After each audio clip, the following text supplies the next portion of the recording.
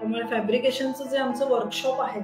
ते सुरू करताना माझ्या मिस्टरांना जनता सहकारी बँकेने आर्थिक सहाय्य केलं आणि त्यामुळे आमची यशस्वीप्रमाणे आता गेली 28-30 वर्ष तरी वर्कशॉप चालू आहे आणि बांधकाम व्यवसाय करताना सुद्धा आम्ही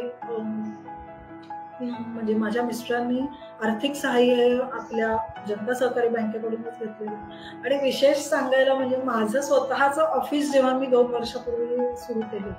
तेव्हा माझ्या मिस्टरांनी सुद्धा जनता बँकेकडूनच कर्ज घेण्याचं मला सुचवलं आणि त्यामुळे आताही मी फार खरं म्हटलं तर जनता बँकेची ऋणी आहे की त्यांनी आम्हाला पदोपदी ज्या वेळेला आम्हाला आर्थिक सहाय्याची गरज होती त्यावेळेला प्रत्येक वेळेला व्यवसाय सुरू करताना माझ्या व्यवसायाचं मी आता वकिलीचं ऑफिस सुरू करताना मला जनता बँकेची खूप मोलाची मदत मिळालेली.